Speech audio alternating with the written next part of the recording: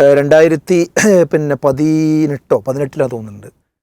പിന്നെ ഇവിടെ സംഭവം ഉണ്ടായിരുന്നു 2018 സുപ്രീം കോടതി വിധി വന്നു, അവിടെ സ്ത്രീകളെ പ്രവേശിപ്പിക്കണം എന്നുള്ള വിഷയമായിട്ട് ബന്ധപ്പെട്ട്. അപ്പോൾ അത് വളരെ സ്പീഡായിട്ട് എന്ത് ചെയ്തു, സ്ത്രീകളെ പ്രവേശിപ്പിക്കാനുള്ളൊരു ശ്രമം നടത്തി.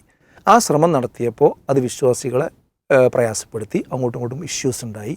ആ ഇഷ്യൂസിൽ ഒരു നവോത്ഥാന മതിൽ സംഘടിപ്പിച്ചു. അങ്ങനത്തെ കുറച്ച് വിഷയങ്ങളൊക്കെ ഞങ്ങൾ നവോത്ഥാനം ഉണ്ടാക്കുകയാണെന്നുള്ളതിന് അതന്ന് പിന്നീട് നടന്ന തെരഞ്ഞെടുപ്പിലും മറ്റുമൊക്കെ എന്ത് ചെയ്തു, ഡാമേജ് വന്നു. ആ ഡാമേജ് തിരുത്താനുള്ള ഒരവസരമായിട്ടാണ് ഈ വിഷയത്തെ കണ്ടത് എന്നുള്ളത് കാര്യത്തിൽ യാതൊരു തർക്കമല്ല.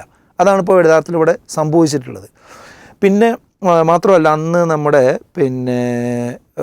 കോഴിക്കോട് നടന്ന യുവമോർച്ചയുടെ ഒരു യോഗത്തിൽ വെച്ചിട്ട് അഡ്വക്കേറ്റ് ശ്രീധരൻപിള്ള പറഞ്ഞൊരു വാക്കുണ്ടായിരുന്നു, ഇത് ഗോൾഡൻ ചാൻസ് ആണ്, ഇത് നമ്മൾ പ്രയോജനപ്പെടുത്തണം. BJP പറഞ്ഞാണ്, അതായത് ഈ സമയത്ത് നമ്മൾ പിടിച്ചാൽ മതി ഉപയോഗപ്പെടുത്താം.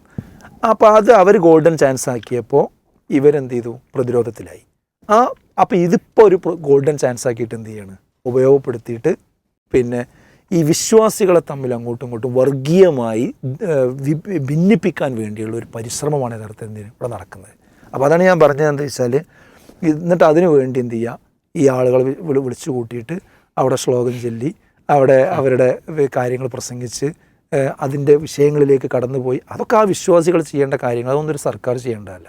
അവിടെ എന്താണോ ചെയ്യാൻ ഉദ്ദേശിച്ച വികസന പ്രവർത്തനങ്ങളോ അവിടുത്തെ പരിമിതികൾ എന്താണോ അത് ചെയ്തു കൊടുക്കുക എന്നതല്ലാതെ, എന്നിട്ട് അത് പ്രയോഗിച്ച് കാണിക്കുക എന്നല്ലാതെ ഇതിങ്ങനെ പ്രസംഗിച്ച ആൾക്കാരെ വിളിച്ചു കൂട്ടുക. ഇപ്പോൾ അതിന് ബദലായിട്ടാണ് എന്ത് ചെയ്തത്, പിന്നെ പന്തളത്ത് BJP പ്രോഗ്രാം സംഘടിപ്പിച്ചത്.